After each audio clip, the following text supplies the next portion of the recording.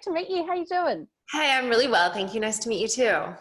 Congratulations on the Duchess. I mean, Netflix specials aren't something new to you. You've had your own stand-up specials on Netflix, but what is it like to have a series that you not only created, you wrote, and you star in, landing on Netflix? Well, I think it reaches a very different audience for a start. There are certain people who might not invest in a stand-up special the way that they might sit down and watch a sitcom with their friends or their loved ones.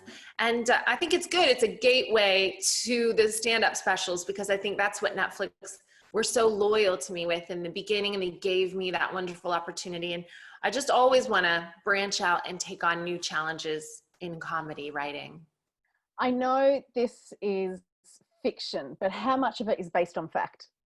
Well, I think just like my stand-up, I always have a central truth about myself and my own experience and themes that I'm passionate about, and then I decorate that with fiction. So I actually protect my friends and family and strangers and boyfriends a lot more than it seems like I do. I always change people and places and things, and I'm never ever shy about exposing myself and my shortcomings and my mistakes.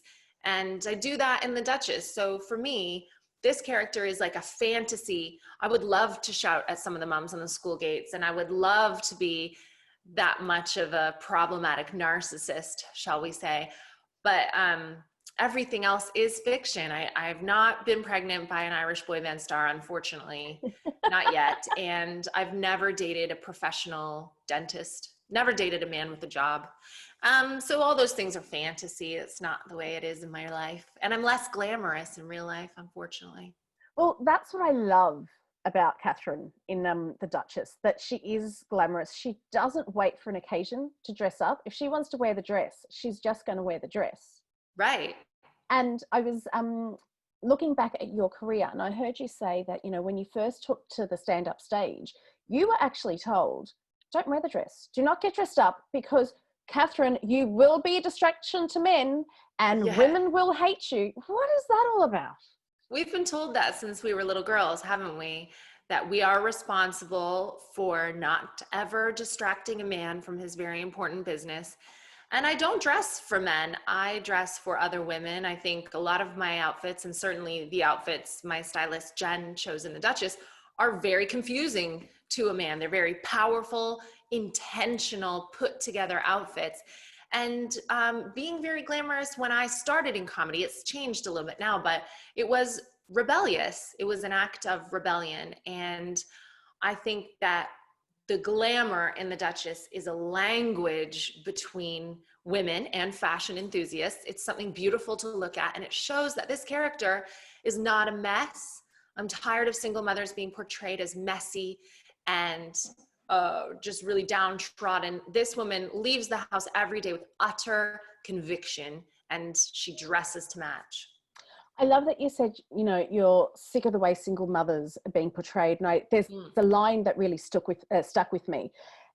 You were at, it was a talk of some sort. Katherine was at a talk, and someone turned around and asked where her daughter was. And she was like, working mothers do not have to justify where their kids are.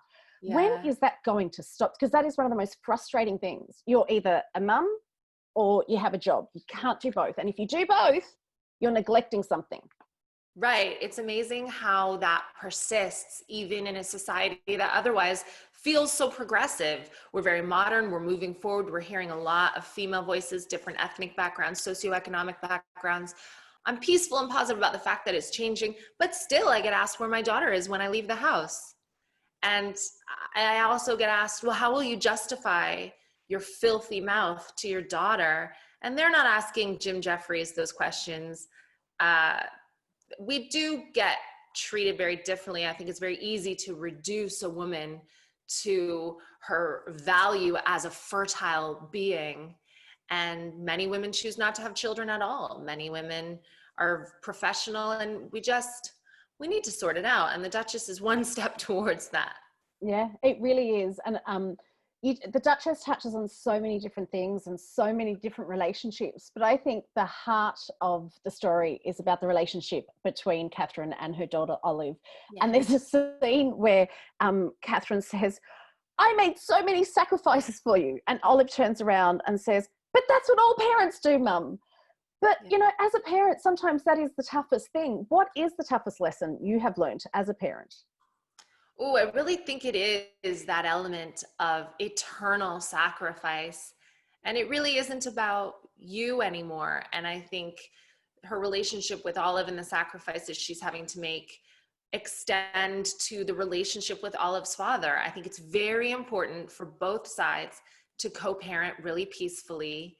And Catherine's looking to make possibly the ultimate sacrifice and go back to her enemy and have another baby with him. She's not doing any of that for herself. It's a wild extension of the sacrifices that we all make every day. But yeah, it's all about putting yourself dead last for a while. And that's difficult to swallow when you are a narcissist like Catherine is. But, you know, it's interesting you say that. It is about putting yourself dead last, but it's also as important to put yourself dead first. And I love that, you know, you just became, you were a single mother and you went, you know what? I'm going to do this for me, though. I'm going to go and try stand up. How scary was that decision for you? Well, in a way, I didn't feel that I was doing it for me. I worked in an office and I was on mat leave when my daughter was born, and the daycare cost more than what I was earning in the office. And I thought, oh no, what am I going to do? And I am solely financially responsible for her life. And I knew that I needed to pursue a career that let me stay home a lot with her, but also support us financially. And I didn't want to end up a statistic or a disappointment to my family. I thought, what have I done? I'm 25, I'm a single mom in a foreign country. I really need to make a go of it. And I had this resilience and confidence. I just thought that I could make stand-up comedy work. And I was really lucky that it did work for me, but I did that for both of us.